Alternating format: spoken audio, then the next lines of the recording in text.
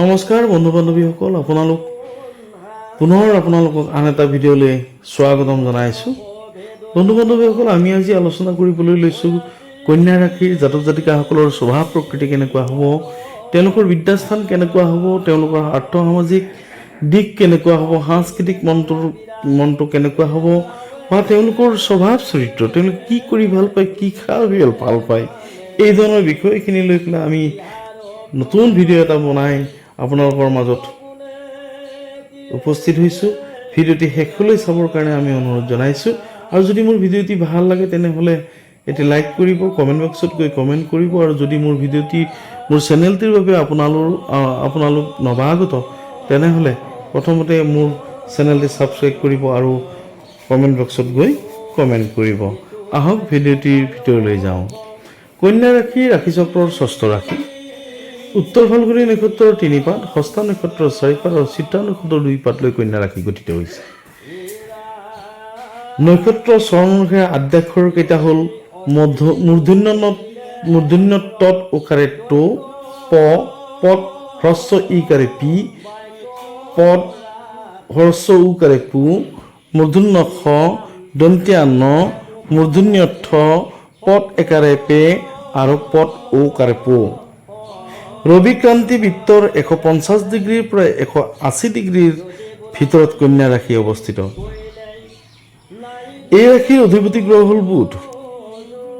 কন্যা ৰাশিত বুধ গ্ৰহ তুংগী, আনহাতে শুক্ৰ নিচস্থ হৈ থাকে। এই ৰাশিৰ ৰবি আৰু শুক্ৰ মিত্ৰ গ্ৰহ।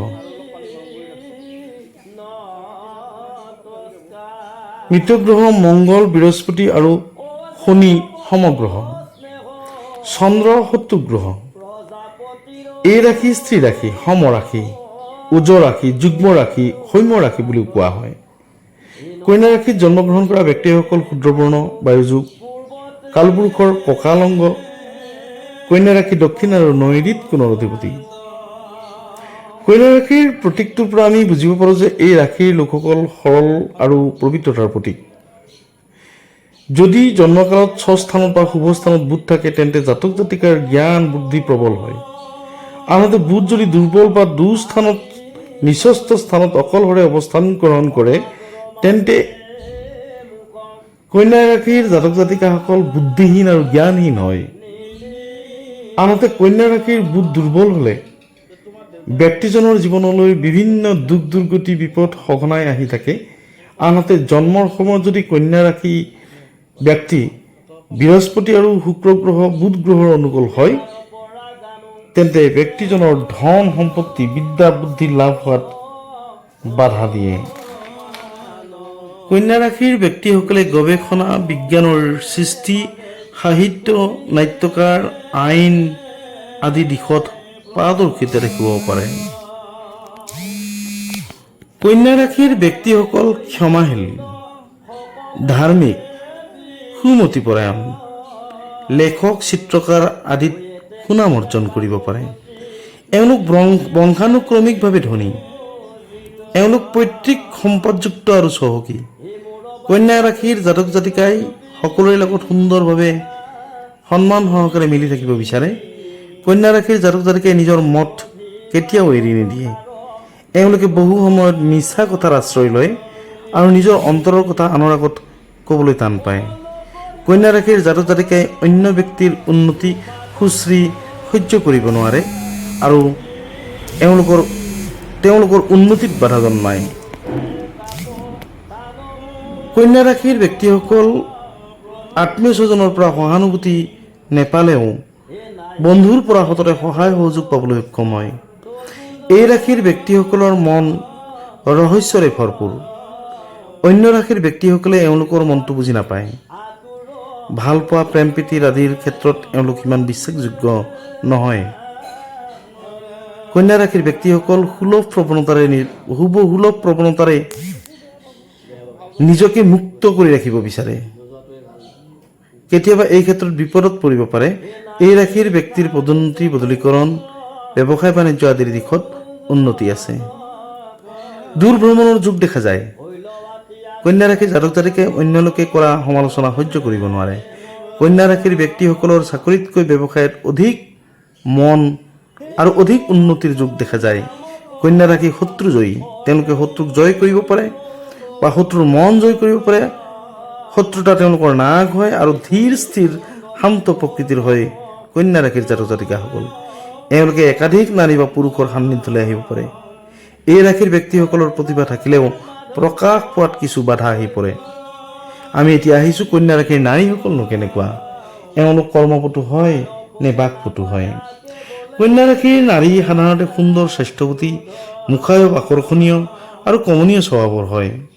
এওঁলোকে অন্যৰ সহজে ক্ষতি নকৰে। এই ৰাশিৰ নাৰী মিতব্যয়ী আৰু সঞ্চয়ৰ ওপৰত অধিক প্ৰৱণতা দেখা যায়। এওঁলোক ক্ষমতাশালী, প্ৰতিব্ৰতা, সুন্দৰী আৰু পুত্ৰৱতী হয়। এওঁলোকে পৰিষ্কাৰ পৰিচ্ছন্নতা প্ৰিয়, বন্ধু বান্ধৱীৰ লগত বাৰ্তালাপ কৰি ভাল পায়। কন্যা ৰাশিৰ নাৰীসকলে নিজৰ কল্পনাক বাস্তৱিক ৰূপত ৰূপায়ণ কৰিবলৈ আপ্ৰাণ প্ৰচেষ্টা গ্ৰহণ কৰে আৰু এই ক্ষেত্ৰত নিজৰ স্বামীক সকলো প্ৰকাৰে সহায় সহযোগিতা আগবঢ়ায়। এওঁলোক সুগৃহিণী আৰু স্বামী ভক্ত, ধৰ্মপৰায়ণ আৰু এওঁলোক ভাগ্যৰ ওপৰত বিশ্বাসী। কন্যা ৰাশিৰ জাতিকা নম্ৰ স্বভাৱৰ, লাজুকী প্ৰকৃতিৰ হয়। ভয়ভাৱ বেছি কাৰণে অকলে থাকিব নোৱাৰে। এওঁলোকৰ জেদভাৱ খুব বেছি। এওঁলোকে পৰিষ্কাৰ পৰিচ্ছন্নতাৰে থাকিবলৈ ভাল পায় আৰু শিক্ষা জ্ঞান আহৰণত আপ্ৰাণ চেষ্টা চলায়। কন্যা ৰাশিৰ নাৰীয়ে বজৰুৱা প্ৰেম প্ৰীতিক পচন্দ নকৰে আৰু ইয়াৰ পৰা পাৰ্যমানে আঁতৰত থাকে। এওঁলোকে ঘৰুৱা কাম কাজত গুৰুত্ব দিব নিবিচাৰে। এওঁলোকে নৃত্য, গীত, অভিনয় আদিত আগৰণুৱা হয় আৰু দূৰ ভ্ৰমণ কৰিবলৈ ভাল পায়। এওঁলোকে জীৱনত বিভিন্ন কামত ব্যস্ত থাকে, সুন্দৰভাৱে জীৱন যাপন কৰিবলৈ সাহস পায় আৰু ভাল পায়। কন্যা ৰাশিৰ জাতক জাতিকাৰ প্ৰেমৰ ক্ষেত্ৰত এওঁলোক সতৰ্ক। এওঁলোকে পতি পত্নীৰ উপৰিও নিজৰ ল'ৰা ছোৱালী, পৰিয়ালৰ অন্যান্য ব্যক্তিৰ লগত প্ৰেম প্ৰীতি আৰু সহায়কৰ্তা বা এওঁলোক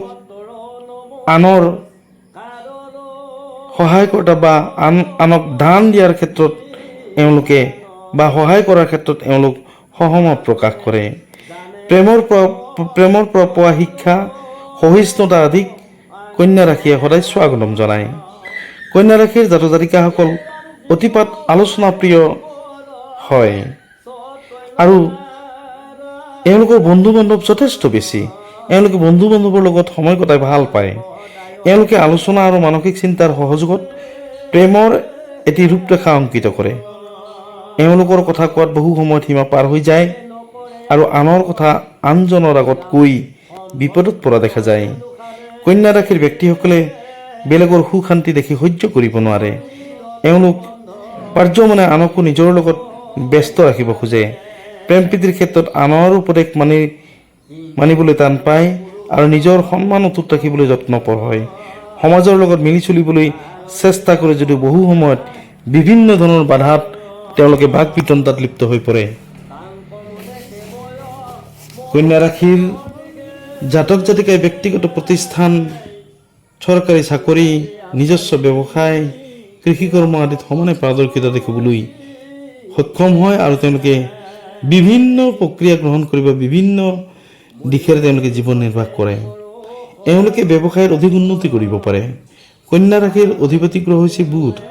গতিকে বুধ জ্ঞান আৰু ধন সঞ্চয়ৰ ক্ষেত্ৰত অধিক শুভকাৰকতা দেখা যায় আৰু বিশেষভাৱে গোপনভাৱে ধন সঞ্চয় কৰে কন্যা ৰাশিৰ জাতক জাতিকাসকলে।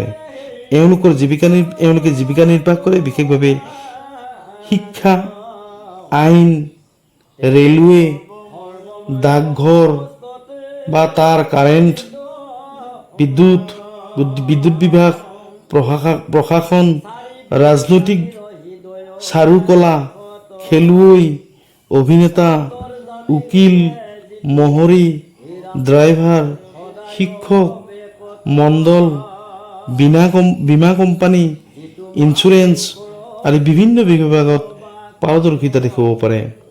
কন্যা ৰাশিৰ ব্যক্তিসকলৰ অধিক বিশ্লেষণৰ ক্ষমতা আছে আৰু ভাল বেয়া সকলোবোৰ বিশ্লেষণ কৰি চাব পৰা ক্ষমতা এওঁলোকৰ আছে। এওঁলোকে নানান কষ্টৰ মাজেৰে সত্য উদ্ঘাটন কৰিব পাৰে।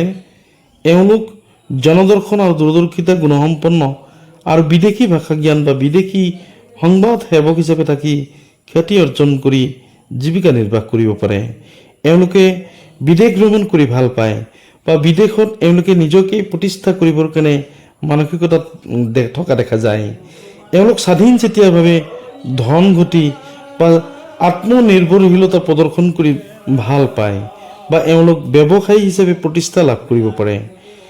অন্যক সহায় কৰি ভাল পোৱাৰ বাবে চিকিৎসা বৃত্তি জীৱিকা হিচাপে এওঁলোকৰ বহুতেই গ্ৰহণ কৰে। কন্যা ৰাশিৰ যুৱক যুৱতীসকলে ঐশ্বৰ্য বিভূতি, আৰামপ্ৰিয় আৰু পৰ্যাপ্ত ভোজন, সুৰক্ষা আৰু প্ৰেম কামনাত বিফল হয়। এওঁলোক অতিশয় বুদ্ধিমান আৰু নিজৰ প্ৰয়োজনীয় দিশবোৰ পূৰণৰ কৌশল জানে। এওঁলোকৰ ইয়াৰ বাবে অনিষ্ট বা কেতিয়াবা কন্যা ৰাশিৰ জাতক জাতিকাসকলে আনৰ অনিষ্ট কৰিবলৈ কুণ্ঠাবোধ নকৰে আৰু এওঁলোকে বিশ্বাসো ভংগ কৰিবলৈ কুণ্ঠাবোধ নকৰে। কন্যা ৰাশিৰ ব্যক্তিৰ আনৰ সম্পদ তথা ধন ধান পাবলৈ ইচ্ছা কৰে। বহু সময়ত নিজৰ সামৰ্থ্য থাকিলেও আনৰ ওচৰত হাত পাতে। এওঁলোক কিছু লাজকুৰীয়া হোৱাৰ লগতে এওঁলোক ভ্ৰমণপ্ৰিয় হয় আৰু বিপৰীত লিংগৰ প্ৰতি সোনকালে আকৰ্ষিত হোৱা দেখা যায়। কৰ্কট ৰাশিৰ ব্যক্তিৰ প্ৰতি অধিক আকৰ্ষিত হোৱা দেখা যায় কন্যা ৰাশিৰ জাতক জাতিকা। কন্যা ৰাশিৰ ব্যক্তিসকলক বাহ্যিক ভাৱতকৈ আভ্যন্তৰীণ ভাৱটো সম্পূৰ্ণ ওলোটা। নিজে বিচৰা বস্তুৰ প্ৰতি ধাউতি অধিক। বহু সময়ত নিজৰ আদৰ্শৰ পৰা আঁতৰি অহা দেখা যায়। আনৰ সুখ দুখৰ কথা আগতীয়াকৈ গম পায় আৰু নিজৰ অনিষ্ট হ'ব নিদিয়ে। কন্যা ৰাশিৰ ব্যক্তিয়ে নিজে বহুতো গুণী জ্ঞানী ব্যক্তি বুলি আনৰ ওচৰত অহংকাৰ কৰে। কন্যা ৰাশিৰ ব্যক্তিয়ে তেওঁলোকে কিছু লাজকুৰীয়া হয় যদিও অহংকাৰ স্বভাৱটো তেওঁলোকৰ সদায় থাকে। বন্ধু বান্ধৱীসকল, আজি আপোনালোকক ব্যক্ত কৰিবলৈ ইচ্ছা কৰিছিলোঁ কন্যা ৰাশিৰ স্বভাৱ প্ৰকৃতি কেনেকুৱা, সামাজিক দায়বদ্ধতা কেনেকুৱা, এওঁলোকৰ প্ৰেম প্ৰীতি কেনেকুৱা। যদি আপোনালোকে মোৰ এই ভিডিঅ'টো মনোগ্ৰাহী হৈছে বা ভাল পাইছে তেনেহ'লে লাইক কৰিব, কমেণ্ট বক্সত কমেণ্ট কৰিব আৰু বন্ধুবৰ্গলৈ শ্বেয়াৰ কৰিব। আৰু যদি আপুনি নৱাগত হয় তেন্তে হ'লে প্ৰথমতেই মোৰ এই চেনেলটি ছাবস্ক্ৰাইব কৰিব আৰু কমেণ্ট বক্সত গৈ কমেণ্ট কৰিব। সদশেষত সকলোৰে দিনবোৰ মংগলময় আৰু শুভ হোৱাৰ কামনাৰে ধন্যবাদ।